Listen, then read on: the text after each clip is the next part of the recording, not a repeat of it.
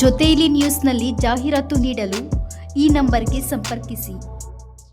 ನಮಸ್ಕಾರ, ಜೊತೆಯಲ್ಲಿ ನ್ಯೂಸ್ಗೆ ಸ್ವಾಗತ.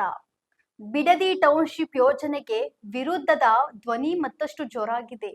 ಕೆಂಪಯ್ಯನಪಾಳ್ಯ ಗ್ರಾಮದ ರೈತರ ತೋಟಕ್ಕೆ ಭೇಟಿ ನೀಡಿದ ವಿಧಾನಸಭೆ ವಿರೋಧ ಪಕ್ಷದ ನಾಯಕ ಆರ್ ಅಶೋಕ್ ನೇತೃತ್ವದ ಬಿಜೆಪಿ ನಿಯೋಗ ರೈತರ ಅಹವಾಲುಗಳನ್ನು ಆಲಿಸಿತು.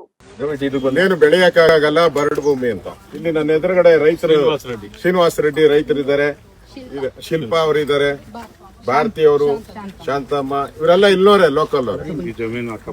ಈ ಜಮೀನವರು ಇವರು ಅವ್ರು ಹೇಳಿದ್ರು ಜಮೀನವ್ರು ಎಲ್ಲ ಕೊಟ್ಟು ಬಿಟ್ಟಿದ್ದಾರೆ, ಬೇರೆಯವ್ರು ಯಾರೋ ಬಂದು ಸ್ಟ್ರೈಕ್ ಮಾಡ್ತಾ ಇದಾರೆ ಅಂತ. ನೋಡಿ ಜಮೀನವರು ಇಲ್ಲೇ ಇದ್ದಾರೆ ನೋಡಿ, ಒಳ್ಳೆ ಸಪೋರ್ಟ. ಸುಮಾರು ಒಂದು 30 ವರ್ಷದ ಮೇಲೆ ಆಗಿರ್ಬೇಕು ಸಪೋರ್ಟ. ಪಕ್ಕದಲ್ಲಿ ಗ್ರೀನ್ ಹೌಸ್ ಮಾಡಿದ್ವಿ, ಪಾಲಿ ಹೌಸ್ ಇದೆ, ತೆಂಗಿನ ಮರ ಇದೆ. ಇದೆಲ್ಲ ನಮ್ ಕಣ್ಣಿಗೆ ಕಾಣುವಂತ ಗ್ರೀನರಿ ಇದು. ಈ ಗ್ರೀನರಿಯನ್ನ ಇವತ್ತು ಸರ್ಕಾರ, ಅದರಲ್ಲೂ ಡಿ.ಕೆ. ಶಿವಕುಮಾರ್ ಅವರ ಕಾಂಗ್ರೆಸ್ ಸರ್ಕಾರ ಬಲವಂತವಾಗಿ ಜಮೀನ್ ಕೀಳ್ತಾ ಇರೋ ಬಗ್ಗೆ ನಮ್ಮ ರಾಜ್ಯದ ಅಧ್ಯಕ್ಷರು, ನಮ್ಮ ವಿರೋಧ ಪಕ್ಷದ ನಾಯಕರು ನಾರಾಯಣ ಸ್ವಾಮಿ ಅವರು, ನಮ್ಮ ಡಾಕ್ಟರು, ನಮ್ಮ ಲೋಕಸಭಾ ಸದಸ್ಯರು ಮಂಜುನಾಥ್ ಅವರು, ನಮ್ಮ ರವಿಕುಮಾರ್ ಅವರು, ನಾವೆಲ್ಲ ಪೂರ್ತಿ ಟೀಮ್ ಬಂದಿರುವಂತದ್ದು. ಇಲ್ಲಿ ಆಗ್ತಾ ಇರುವಂತ ಅನ್ಯಾಯವನ್ನ ಪ್ರಪಂಚಕ್ಕೆ ತಿಳಿಸುವಂತ ಕೆಲಸವನ್ನ ಮಾಡ್ತಾ ಇದ್ದೀವಿ. ರಾಜ್ಯದ ಜನತೆ ಗೊತ್ತಾಗಿದೆ. ಯಾಕಂದ್ರೆ ರಾಜ್ಯದ ಜನತೆಗೆ ಏನು ಕಾಂಗ್ರೆಸ್ ಅವರು ಕಟ್ತಾ ಇದ್ದಾರೆ ಅಂದ್ರೆ, ಇದೆಲ್ಲ ಬರಡು ಭೂಮಿ. ನಾವು ಅವ್ರಿಗೆಲ್ಲ ದಾನ ಕೊಟ್ಟಂಗೆ ಹಣ ಕೊಡ್ತಾ ಇದೀರಿ, 2 ಕೋಟಿ ಅಂತ ಇದೆ.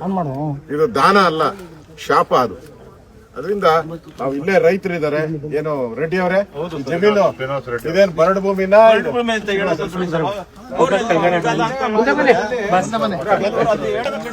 ಮೊಬೈಲ್ ಡೌನ್ ಮಾಡಿ. ಈಗ ನಮ್ ಬೋರ್ಗಳು ಓಡ್ತಾ ಇರೋದು 140 ಅಡಿ ನೀರೇ ಸಿಗಲ್ಲ.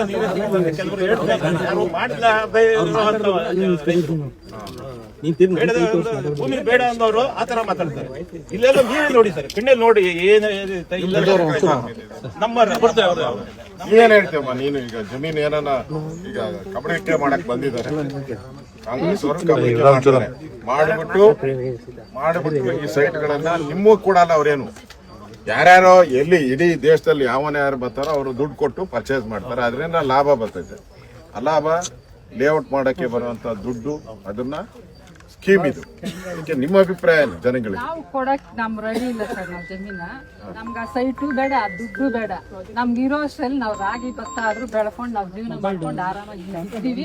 ಇರೋ ತರಕ್ಕೆ ನಮ್ಗೆ ಅಷ್ಟೇ ಸಾಕು. ಎಷ್ಟು ವರ್ಷದಿಂದ ಮಾಡ್ತಾ ಇದ್ರಿ? ನಾವು ಒಂದ್ 45-50 ವರ್ಷದಿಂದ ನಾವ್ ಮಾಡ್ತಾ ಇದ್ವಿ. ಅದಕ್ ಮೊದಲು ನಮ್ಮ ನಾವು ರೈತರ ಮಕ್ಳೇ, ನಮ್ಮ ಅಪ್ಪ ಅಮ್ಮನು ರೈತರ ಮಕ್ಳೇ, ಅತ್ತೆ ಮಾವನು ರೈತರೇನೆ. ಸರ್ಕಾರದವ್ರು ಏನ್ ಹೇಳ್ತಾರೆ ಅಂತ ಹೇಳಿದ್ರೆ, ಮುಖ್ಯಮಂತ್ರಿಗಳ ಆದಿಯಾಗಿ 70-80% ರೈತರುಗಳು ಕೊಡಕ್ ಒಪ್ಕೊಂಡ್ಬಿಟ್ಟಿದ್ದಾರೆ ಜಮೀನು. ಯಾರು ಹೋರಾಟ ಮಾಡ್ತಾರೆ ರೈತರೇ ಅಲ್ಲ ವಾದವನ್ನು ಕೂಡ ಅವ್ರು ಹೇಳ್ತಾರೆ. ಶಾಲು ಹಾಕೊಂಡ್ ಬಂದವ್ರೆ, ಬೇರೆ ಪಕ್ಷದವ್ರು ಶಾಲು ಹಾಕೊಂಡ್ ಬಂದವ್ರೆ, ರೈತರಲ್ಲ ಅಂತ ಹೇಳ್ತಾರೆ ಸರ್. ಬೇರೆ ಊರವ್ರ ಕಾಂಗ್ರೆಸ್ ಅವ್ರು ಹೇಳ್ತಾವ್ರ ಬೇರೆ ಊರವರು ಅಂತ. ಸರ್ ಬಾಯಿ ಬಿಟ್ರೆ ಸುಳ್ಳು. ನಮ್ದು ಎಷ್ಟು ಎಕರೆ ಇದೆ ಇಲ್ಲಿ ತೋಟ? 15 ಎಕರೆ ಇದೆ. ನಿಮ್ಮ ಹೆಸರು 15 ಎಕರೆ. ಏನಕ್ಕೆ ಅಂದ್ರೆ ಕುಟುಂಬ 60 ಎಕರೆ, 1 ಎಕರೆ 2 ಎಕರೆ ಮಾತ್ರ ರೆಡಿ ಇದಾರೆ ಅದು ಕೃಷಿ ಮಾಡೋದಕ್ಕೆ. 10-15 ಎಕರೆ ಇರೋರು ಕೊಡೋದಕ್ಕೆ ರೆಡಿ ಇದಾರೆ ಅಂತ ಒಂದು ವಾದ ನಡೀತಾ ಇದೆ. ಇನ್ನು ಊರ್ ಪಕ್ಕ ಕೆಂಪಯ್ಯನಪಾಳ್ಯ ಸೇರಿರೋದು 4 ಎಕರೆ ಇದೆ. 15 ಎಕರೆನೂ ನೀವು ಮಾಡ್ತಾ ಇದ್ದೀರಿ, ಕೃಷಿ ಮಾಡ್ತಿದ್ದೀರಿ.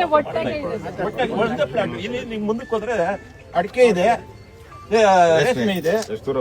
ಇಲ್ಲಿ ಸ್ವಲ್ಪ ಮುಂದೆ ನಿಮ್ಮ ಅಕ್ಕಪಕ್ಕದ ಜಮೀನವರ ಅಭಿಪ್ರಾಯ ಬೇಡ, ಅಕ್ವೈರ್ ಆಗೋದ್ ಬೇಡ. ಇದು ಬರಡು ಭೂಮಿ ಅಲ್ಲ, ಇದು ನೀರಾವರಿ ಭೂಮಿನೇ.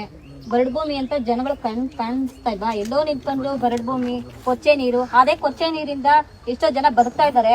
ನಮ್ಗೆ ಯಾವ್ದೇ ರೀತಿ ಯಾವ ಕ್ಯಾನ್ಸರ್ ಆತರ ಏನು ಬಂದಿಲ್ಲ. ಸುಮ್ನೆ ಸುದ್ದಿಗಳನ್ನೆಲ್ಲ ಹಬ್ಸ್ತಾ ಇದಾರೆ. ನಾವು ಸುಮಾರು 20-30 ವರ್ಷದಿಂದ ಹಸು ಸಾಗಾಣಿಕೆ ಎಲ್ಲ ಮಾಡ್ತಾ ಇದೀವಿ. ನಾವು ಅದರಿಂದ ತಿಂತಾ ಇದೀವಿ. ನಾವು ಭೂಮಿ ತಾಯಿನ ಯಾವತ್ತೂ ಬಿಟ್ಕೊಡಕ್ ನಾವು ರೆಡಿ ಇಲ್ಲ ಸರ್. ನಮ್ ಭೂಮಿ ನಮ್ಗೆ ಬೇಕು ಸರ್. ದಯವಿಟ್ಟು ನಾವು ಕೇಳ್ಕೊತಾ ಇದೀವಿ, ನಮ್ ಭೂಮಿ ನಮ್ಗೆ ಕೊಡ್ಸ್ಕೊಡಿ. ಇನ್ನಷ್ಟು ಉಪಯುಕ್ತ ಮಾಹಿತಿಗಾಗಿ ನಮ್ಮ ಜೊತೆಯಲ್ಲಿ ನ್ಯೂಸ್ ಯೂಟ್ಯೂಬ್ ಚಾನೆಲ್ ಅನ್ನು ಸಬ್ಸ್ಕ್ರೈಬ್ ಮಾಡಿ, ಬೆಲ್ ಐಕಾನ್ ಅನ್ನು ಕ್ಲಿಕ್ ಮಾಡಿ. ನಿಮ್ಮ ಅನಿಸಿಕೆಗಳನ್ನು ಕಮೆಂಟ್ ಮೂಲಕ ತಿಳಿಸಿ.